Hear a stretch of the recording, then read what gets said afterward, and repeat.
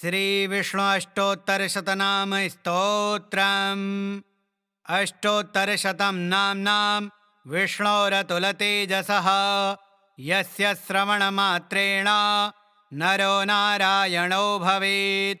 विष्णुर्जिष्णुर्वषट्कारो देवदेवो वृषापतिः दामोदरो दीनबन्धुर् आदिदेवोदिते स्तुतः।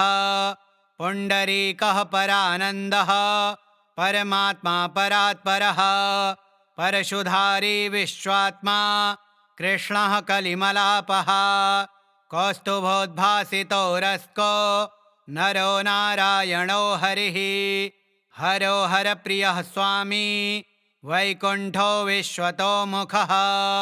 ऋषिकेशो प्रमेयात्मा वराहो धरणीधरः। वामनो वेदवक्ता च वासुदेवः सनातनः। रामो विरामो विरजो रावणारी रमापतिः। वैकुण्ठवासी वसुमान् धनदो धरणीधरः। धर्मेशो धरणीनाथो ध्येयो धर्मभृताम्बरः। सहस्रशीर्षा पुरुषः सहस्राक्षः सहस्रपात् सर्वदः सर्वविस्सर्वः शरण्यः साधुवल्लभः। कौसल्यानन्दनः श्रीमान् राक्षसः कुलनाशकः। जगत्कर्ता जगद्धर्ता जगज्जेता जनार्तिः। जानकीवल्लभो देवो जयरूपो जलेश्वरः। क्षीराब्धिवासी क्षीराब्धि तनया वल्लभस्तथा। शेषशायी पन्नगारी वाहनो विष्टरस्रवः। माधवो मथुरानाथो मुकुन्दो मोहनाशनः। दैत्यारिः पुण्डरीकाक्षो ह्यच्युतो मधुसूदनः। सोमसूर्याग्निनयनो नृसिंहो भक्तवत्सलः।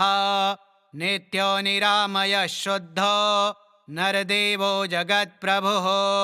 हयग्रीवो जितरिपो रूपेन्द्रो रुक्मिणीपतिः। सर्वदेवमयः श्रीशः सर्वाधारः सनातनः। सौम्यः सौम्यप्रदः स्रष्टा विश्वक्सेनो जनार्दनः। यशोदातनयो योगी योगशास्त्रपरायणः। रुद्रात्मको रुद्रमूर्तिः राघवो रुद्रसूदनः। इति ते कथितं दिव्यं नाम्नाम् अष्टोत्तरं शतम्। सर्वपापहरं पुण्यं दिव्योरतुलतेजसः। दुःखदारिद्र्यदौर्भाग्य नाशनं सुखवर्धनं। सर्वसम्पत्करं सौम्यं महापातकनाशनं। प्रातरुत्थाय विप्रेन्द्र पठेदेकाग्रमानसः। तस्य नश्यन्ति विपदां राशयः सिद्धिमाप्नुयात्। अष्टोत्तरशतं नाम्नां विष्णोरतुलतेजसः यस्य श्रवणमात्रेण नरो नारायणो भवेत्। विष्णुर्जिष्णुर्वषट्कारो देवदेवो वृषापतिः दामोदरो दीनबन्धुर् आदिदेवोदिते स्तुतः। पुण्डरीकः परानन्दः परमात्मा परात्परः परशुधारी विश्वात्मा कृष्णः कलिमलापः। कौस्तुभोद्भासितो रस्को नरो नारायणो हरिः। हरो हरप्रियः स्वामी वैकुण्ठो विश्वतो मुखः। ऋषिकेशो प्रमेयात्मा वराहो धरणीधरः। वामनो वेदवक्ता च वासुदेवः सनातनः। रामो विरामो विरजो रावणारी रमापतिः। वैकुण्ठवासी वसुमान् धनदो धरणीधरः। धर्मेशो धरणीनाथो ध्येयो धर्मभृताम्बरः। सहस्रशीर्षा पुरुषः सहस्राक्षः सहस्रपात् सर्वदः सर्वविस्सर्वः शरण्यः साधुवल्लभः।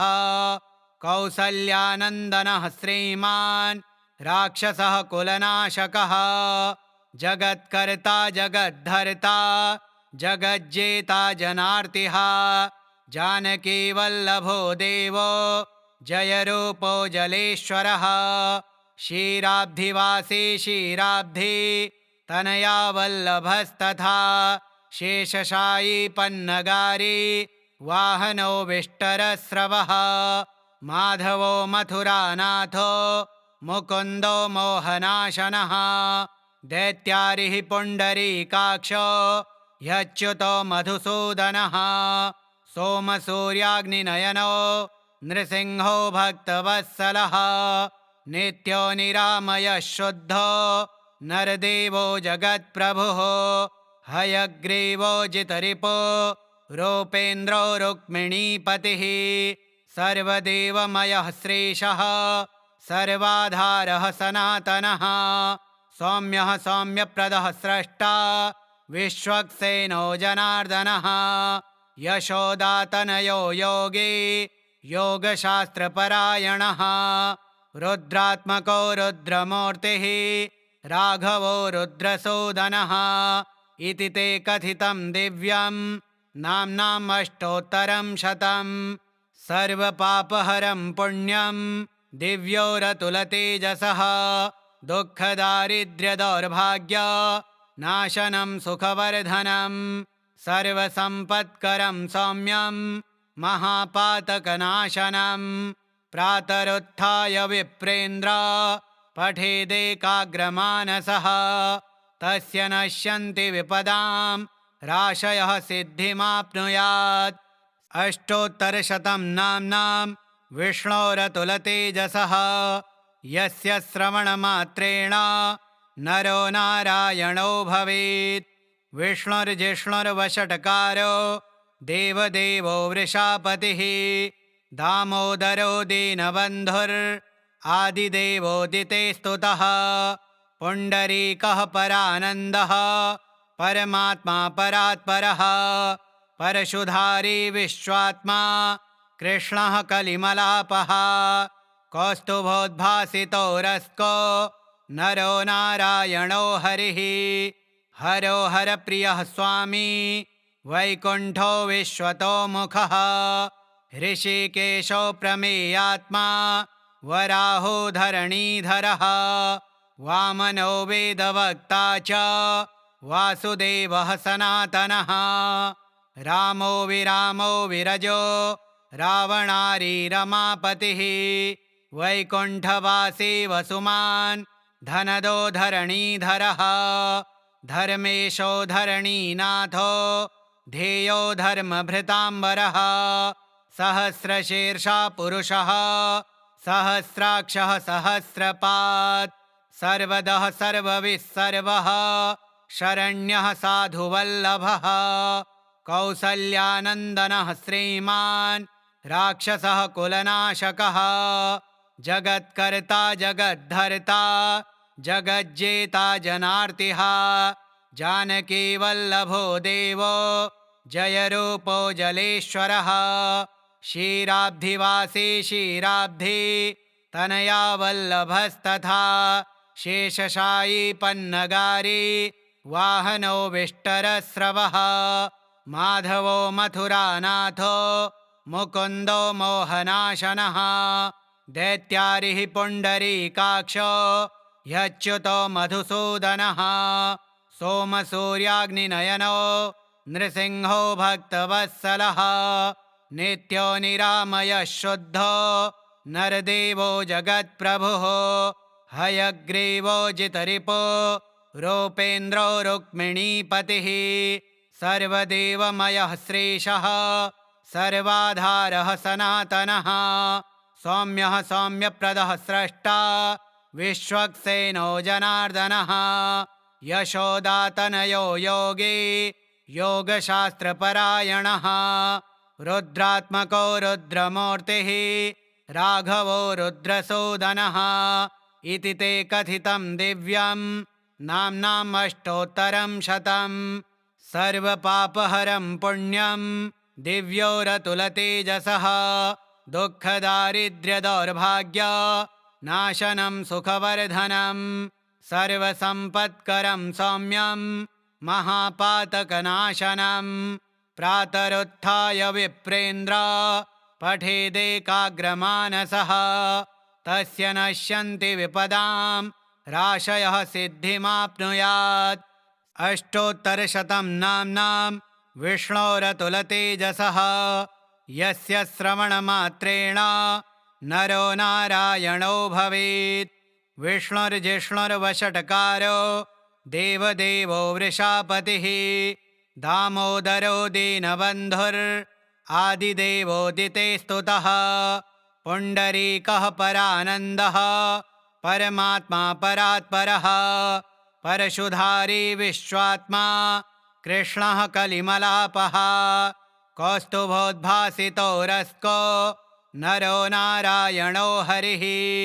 हरो हरप्रियः स्वामी वैकुण्ठो विश्वतोमुखः ऋषिकेशो प्रमेयात्मा वराहो धरणीधरः वामनो वेदवक्ता च वासुदेवः सनातनः।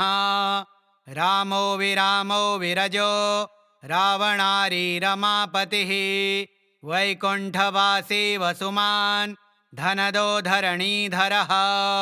धर्मेशो धरणीनाथो ध्येयो धर्मभृताम्बरः सहस्रशीर्षा पुरुषः सहस्राक्षः सहस्रपात् सर्वदः सर्वविस्सर्वः शरण्यः साधुवल्लभः कौसल्यानन्दनः श्रीमान् राक्षसः कुलनाशकः जगत्कर्ता जगद्धर्ता जगज्जेता जनार्तिः जानकीवल्लभो देवो जयरूपो जलेश्वरः क्षीराब्धिवासी क्षीराब्धि तनया वल्लभस्तथा शेषशायी पन्नगारी वाहनो विष्टरस्रवः माधवो मथुरानाथो मुकुन्दो मोहनाशनः दैत्यारिः पुण्डरीकाक्षो ह्यच्युतो मधुसूदनः सोमसूर्याग्निनयनो नृसिंहो भक्तवत्सलः नित्यो निरामयः शुद्धो नरदेवो जगत्प्रभुः हयग्रीवो जितरिपो रूपेन्द्रो रुक्मिणीपतिः सर्वदेवमयः श्रीशः सर्वाधारः सनातनः सौम्यः सौम्यप्रदः स्रष्टा विश्वक्सेनो जनार्दनः यशोदातनयो योगी योगशास्त्रपरायणः रुद्रात्मको रुद्रमूर्तिः राघवो रुद्रसूदनः इति ते कथितं दिव्यं नाम्नाम् अष्टोत्तरं शतं सर्वपापहरं पुण्यं दिव्योरतुलतेजसः दुःखदारिद्र्यदौर्भाग्य नाशनं सुखवर्धनं सर्वसम्पत्करं सौम्यं महापातकनाशनं प्रातरुत्थाय विप्रेन्द्र पठेदेकाग्रमानसः तस्य नश्यन्ति विपदां राशयः सिद्धिमाप्नुयात्। अष्टोत्तरशतं नाम्नां विष्णोरतुलतेजसः यस्य श्रवणमात्रेण नरो नारायणो भवेत्। विष्णुर्जिष्णुर्वषट्कारो देवदेवो वृषापतिः दामोदरो दीनबन्धुरादिदेवोदिते स्तुतः। पुण्डरीकः परानन्दः परमात्मा परात्परः परशुधारी विश्वात्मा कृष्णः कलिमलापः कौस्तुभोद्भासितो रस्को नरो नारायणो हरिः। हरो हरप्रियः स्वामी वैकुण्ठो विश्वतोमुखः ऋषिकेशो प्रमेयात्मा वराहो धरणीधरः वामनो वेदवक्ता च वासुदेवः सनातनः। रामो विरामो विरजो रावणारी रमापतिः वैकुण्ठवासी वसुमान् धनदो धरणीधरः धर्मेशो धरणीनाथो ध्येयो धर्मभृताम्बरः सहस्रशीर्षा पुरुषः सहस्राक्षः सहस्रपात् सर्वदः सर्वविस्सर्वः शरण्यः साधुवल्लभः कौसल्यानन्दनः श्रीमान् राक्षसः कुलनाशकः जगत्कर्ता जगद्धर्ता जगज्जेता जनार्तिः जानकीवल्लभो देवो जयरूपो जलेश्वरः क्षीराब्धिवासी क्षीराब्धि तनया वल्लभस्तथा शेषशायी पन्नगारी वाहनो विष्टरस्रवः माधवो मथुरानाथो मुकुन्दो मोहनाशनः दैत्यारिः पुण्डरीकाक्षो ह्यच्युतो मधुसूदनः सोमसूर्याग्निनयनो नृसिंहो भक्तवत्सलः नित्यो निरामयः शुद्धो नरदेवो जगत्प्रभुः हयग्रीवो जितरिपो रूपेन्द्रो रुक्मिणीपतिः सर्वदेवमयः श्रीशः सर्वाधारः सनातनः सौम्यः सौम्यप्रदः स्रष्टा विश्वक्सेनो जनार्दनः यशोदातनयो योगी योगशास्त्रपरायणः रुद्रात्मको रुद्रमूर्तिः राघवो रुद्रसूदनः इति ते कथितं दिव्यं नाम्नाम् अष्टोत्तरं शतं सर्वपापहरं पुण्यं दिव्योरतुलतेजसः दुःखदारिद्र्यदौर्भाग्य नाशनं सुखवर्धनं सर्वसम्पत्करं सौम्यं महापातकनाशनं प्रातरुत्थाय विप्रेन्द्र पठेदेकाग्रमानसः तस्य नश्यन्ति विपदां राशयः सिद्धिमाप्नुयात् अष्टोत्तरशतं नाम्नां विष्णोरतुलतेजसः यस्य श्रवणमात्रेण नरो नारायणो भवेत् विष्णुर्जिष्णुर्वषट्कारो देवदेवो वृषापतिः दामोदरो दीनबन्धुरादिदेवोदिते स्तुतः पुण्डरीकः परानन्दः परमात्मा परात्परः परशुधारी विश्वात्मा कृष्णः कलिमलापः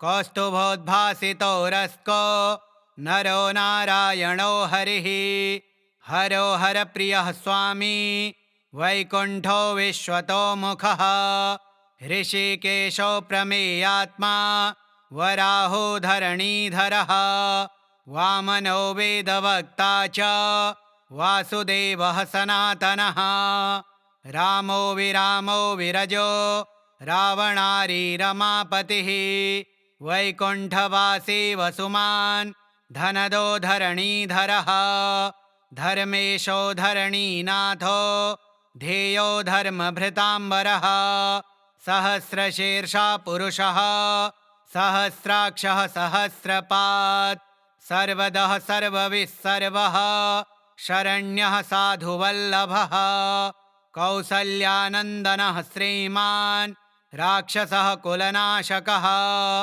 जगत्कर्ता जगद्धर्ता जगज्जेता जनार्तिः जानकीवल्लभो देवो जयरूपो जलेश्वरः क्षीराब्धिवासी क्षीराब्धि तनया वल्लभस्तथा शेषशायी पन्नगारी वाहनो विष्टरस्रवः माधवो मथुरानाथो मुकुन्दो मोहनाशनः दैत्यारिः पुण्डरीकाक्षो ह्यच्युतो मधुसूदनः सोमसूर्याग्निनयनो नृसिंहो भक्तवत्सलः नित्यो निरामयः शुद्धो नरदेवो जगत्प्रभुः हयग्रीवो जितरिपो रूपेन्द्रो रुक्मिणीपतिः सर्वदेवमयः श्रीशः सर्वाधारः सनातनः सौम्यः सौम्यप्रदः स्रष्टा विश्वक्सेनो जनार्दनः यशोदातनयो योगी योगशास्त्रपरायणः रुद्रात्मको रुद्रमूर्तिः राघवो रुद्रसूदनः इति ते कथितं दिव्यं नाम्नाम् अष्टोत्तरं शतम् सर्वपापहरं पुण्यं दिव्योरतुलतेजसः दुःखदारिद्र्यदौर्भाग्य नाशनं सुखवर्धनं सर्वसम्पत्करं सौम्यं महापातकनाशनं प्रातरुत्थाय विप्रेन्द्र पठेदेकाग्रमानसः तस्य नश्यन्ति विपदां राशयः सिद्धिमाप्नुयात् अष्टोत्तरशतं नाम्नां विष्णोरतुलतेजसः यस्य श्रवणमात्रेण नरो नारायणो भवेत् विष्णुर्जिष्णुर्वषट्कारो देवदेवो वृषापतिः दामोदरो दीनबन्धुरादिदेवोदिते स्तुतः पुण्डरीकः परानन्दः परमात्मा परात्परः परशुधारी विश्वात्मा कृष्णः कलिमलापः कौस्तुभोद्भासितो रस्को नरो नारायणो हरिः हरो हरप्रियः स्वामी वैकुण्ठो विश्वतो मुखः ऋषिकेशो प्रमेयात्मा वराहो धरणीधरः वामनो वेदवक्ता च वासुदेवः सनातनः रामो विरामो विरजो रावणारी रमापतिः वैकुण्ठवासी वसुमान् धनदो धरणीधरः धर्मेशो धरणीनाथो ध्येयो धर्मभृताम्बरः सहस्रशीर्षा पुरुषः सहस्राक्षः सहस्रपात् सर्वदः सर्वविस्सर्वः शरण्यः साधुवल्लभः कौसल्यानन्दनः श्रीमान् राक्षसः कुलनाशकः जगत्कर्ता जगद्धर्ता जगज्जेता जनार्तिः जानकीवल्लभो देवो जयरूपो जलेश्वरः क्षीराब्धिवासी क्षीराब्धि तनया वल्लभस्तथा शेषशायी पन्नगारी वाहनो विष्टरस्रवः माधवो मथुरानाथो मुकुन्दो मोहनाशनः दैत्यारिः पुण्डरीकाक्षो ह्यच्युतो मधुसूदनः सोमसूर्याग्निनयनो नृसिंहो भक्तवत्सलः नित्यो निरामयः शुद्धो नरदेवो जगत्प्रभुः हयग्रीवो जितरिपो रूपेन्द्रो रुक्मिणीपतिः सर्वदेवमयः श्रीशः सर्वाधारः सनातनः सौम्यः सौम्यप्रदः स्रष्टा विश्वक्सेनो जनार्दनः यशोदातनयो योगी योगशास्त्रपरायणः रुद्रात्मको रुद्रमूर्तिः राघवो रुद्रसूदनः इति ते कथितं दिव्यं नाम्नाम् अष्टोत्तरं शतम् सर्वपापहरं पुण्यं दिव्योरतुलतेजसः दुःखदारिद्र्यदौर्भाग्य नाशनं सुखवर्धनं सर्वसम्पत्करं सौम्यं महापातकनाशनं प्रातरुत्थाय विप्रेन्द्र पठेदेकाग्रमानसः तस्य नश्यन्ति विपदां राशयः सिद्धिमाप्नुयात् अष्टोत्तरशतं नाम्नां विष्णोरतुलतेजसः यस्य श्रवणमात्रेण नरो नारायणो भवेत् विष्णुर्जिष्णुर्वषट्कारो देवदेवो वृषापतिः दामोदरो दीनबन्धुरादिदेवोदिते स्तुतः पुण्डरीकः परानन्दः परमात्मा परात्परः परशुधारी विश्वात्मा कृष्णः कलिमलापः कौस्तुभोद्भासितो रस्को नरो नारायणो हरिः हरो हरप्रियः स्वामी वैकुण्ठो विश्वतो मुखः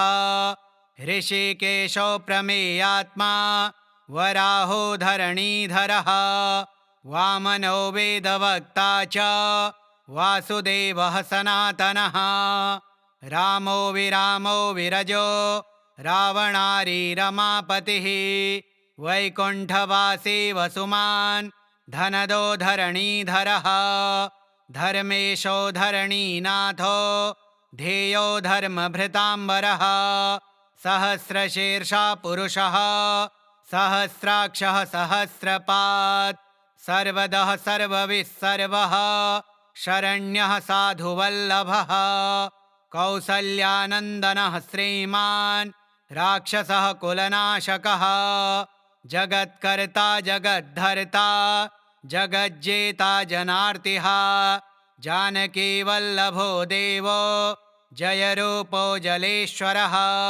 क्षीराब्धिवासी क्षीराब्धि तनया वल्लभस्तथा शेषशायी पन्नगारी वाहनो विष्टरस्रवः माधवो मथुरानाथो मुकुन्दो मोहनाशनः दैत्यारिः पुण्डरीकाक्षो ह्यच्युतो मधुसूदनः सोमसूर्याग्निनयनो नृसिंहो भक्तवत्सलः नित्यो निरामयः शुद्धो नरदेवो जगत्प्रभुः हयग्रीवो जितरिपो रूपेन्द्रो रुक्मिणीपतिः सर्वदेवमयः श्रीशः सर्वाधारः सनातनः सौम्यः सौम्यप्रदः स्रष्टा विश्वक्सेनो जनार्दनः यशोदातनयो योगी योगशास्त्रपरायणः रुद्रात्मको रुद्रमूर्तिः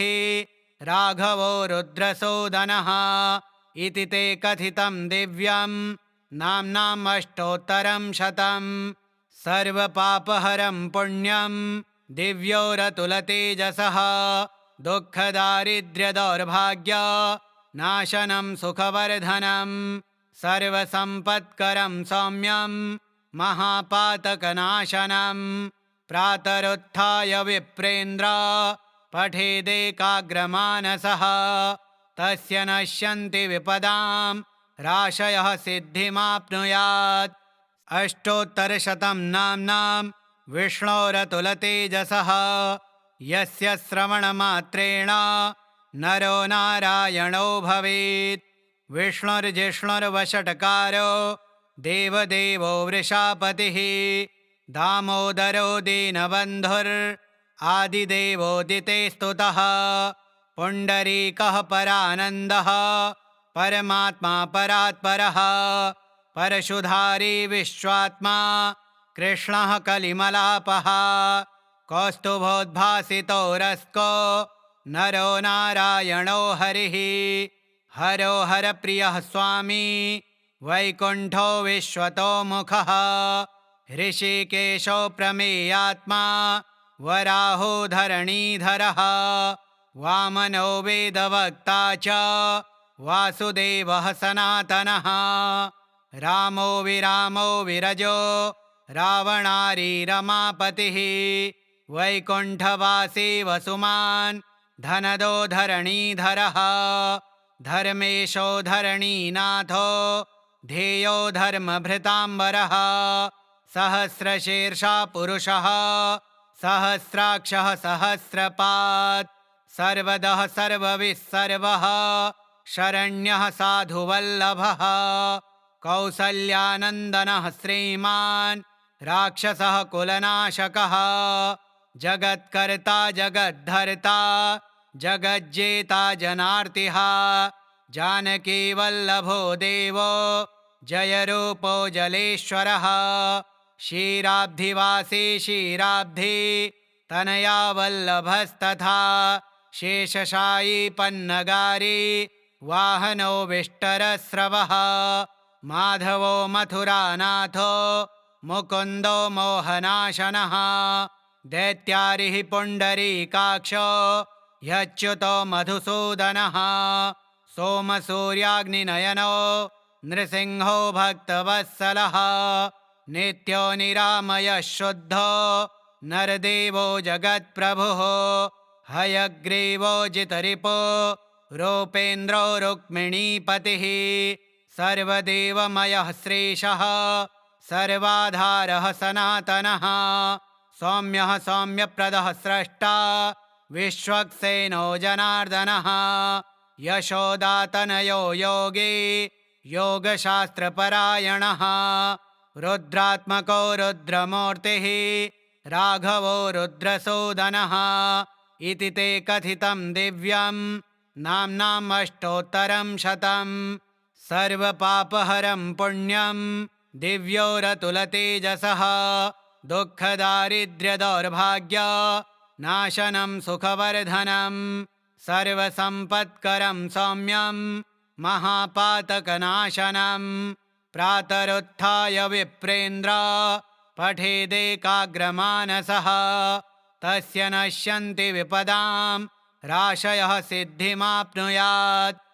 अष्टोत्तरशतं नाम्नां विष्णोरतुलतेजसः यस्य श्रवणमात्रेण नरो नारायणो भवेत् विष्णुर्जिष्णुर्वषट्कारो देवदेवो वृषापतिः दामोदरो दीनबन्धुर् आदिदेवोदिते स्तुतः पुण्डरीकः परानन्दः परमात्मा परात्परः परशुधारी विश्वात्मा कृष्णः कलिमलापः कौस्तुभोद्भासितो रस्को नरो नारायणो हरिः हरो हरप्रियः स्वामी वैकुण्ठो विश्वतोमुखः ऋषिकेशो प्रमेयात्मा वराहो धरणीधरः वामनो वेदवक्ता च वासुदेवः सनातनः रामो विरामो विरजो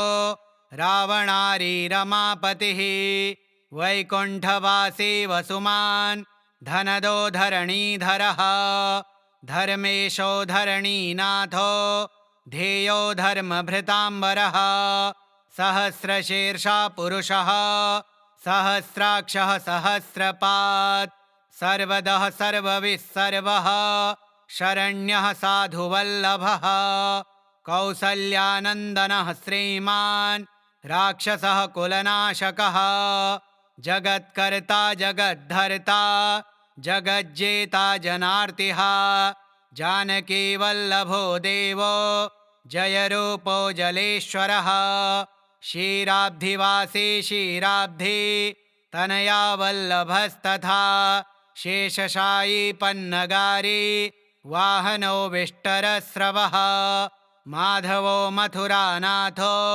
मुकुन्दो मोहनाशनः दैत्यारिः पुण्डरीकाक्षो ह्यच्युतो मधुसूदनः सोमसूर्याग्निनयनो नृसिंहो भक्तवत्सलः नित्यो निरामयः शुद्धो नरदेवो जगत्प्रभुः हयग्रीवो जितरिपो रूपेन्द्रो रुक्मिणीपतिः सर्वदेवमयः श्रेषः सर्वाधारः सनातनः सौम्यः सौम्यप्रदः स्रष्टा विश्वक्सेनो जनार्दनः यशोदातनयो योगी योगशास्त्रपरायणः रुद्रात्मको रुद्रमूर्तिः राघवो रुद्रसूदनः इति ते कथितं दिव्यं नाम्नाम् अष्टोत्तरं शतं सर्वपापहरं पुण्यं दिव्योरतुलतेजसः दुःखदारिद्र्यदौर्भाग्य नाशनं सुखवर्धनं सर्वसम्पत्करं सौम्यं महापातकनाशनं प्रातरुत्थाय विप्रेन्द्र पठेदेकाग्रमानसः तस्य नश्यन्ति विपदां राशयः सिद्धिमाप्नुयात् अष्टोत्तरशतं नाम्नां विष्णोरतुलतेजसः यस्य श्रवणमात्रेण नरो नारायणो भवेत् विष्णुर्जिष्णुर्वषट्कारो देवदेवो वृषापतिः दामोदरो दीनबन्धुर् आदिदेवोदिते स्तुतः पुण्डरीकः परानन्दः परमात्मा परात्परः परशुधारी विश्वात्मा कृष्णः कलिमलापः कौस्तुभोद्भासितो रस्को नरो नारायणो हरिः हरो हरप्रियः स्वामी वैकुण्ठो विश्वतो मुखः ऋषिकेशो प्रमेयात्मा वराहो धरणीधरः वामनो वेदवक्ता च वासुदेवः सनातनः रामो विरामो विरजो रावणारी रमापतिः वैकुण्ठवासी वसुमान् धनदो धरणीधरः धर्मेशो धरणीनाथो ध्येयो धर्मभृताम्बरः सहस्रशीर्षा पुरुषः सहस्राक्षः सहस्रपात् सर्वदः सर्वविः सर्वः शरण्यः साधुवल्लभः कौसल्यानन्दनः श्रीमान् राक्षसः कुलनाशकः जगत्कर्ता जगद्धर्ता जगज्जेता जनार्तिः जानकीवल्लभो देवो जयरूपो जलेश्वरः क्षीराब्धिवासी क्षीराब्धि तनया वल्लभस्तथा शेषशायी पन्नगारी वाहनो विष्टरस्रवः माधवो मथुरानाथो मुकुन्दो मोहनाशनः दैत्यारिः पुण्डरीकाक्षो ह्यच्युतो मधुसूदनः सोमसूर्याग्निनयनो नृसिंहो भक्तवत्सलः नित्यो निरामयः शुद्धो नरदेवो जगत्प्रभुः हयग्रीवो जितरिपो रूपेन्द्रो रुक्मिणीपतिः सर्वदेवमयः श्रीशः सर्वाधारः सनातनः सौम्यः सौम्यप्रदः स्रष्टा विश्वक्सेनो जनार्दनः यशोदातनयो योगी योगशास्त्रपरायणः रुद्रात्मको रुद्रमूर्तिः राघवो रुद्रसूदनः इति ते कथितं दिव्यं नाम्नाम् अष्टोत्तरं शतं सर्वपापहरं पुण्यं दिव्योरतुलतेजसः दुःखदारिद्र्यदौर्भाग्य नाशनं सुखवर्धनं सर्वसम्पत्करं सौम्यं महापातकनाशनं प्रातरुत्थाय विप्रेन्द्र पठेदेकाग्रमानसः तस्य नश्यन्ति विपदां राशयः सिद्धिमाप्नुयात् श्रीविष्णोः अष्टोत्तरशतनामस्तोत्रम् श्रीविष्णोर्पणमस्तु।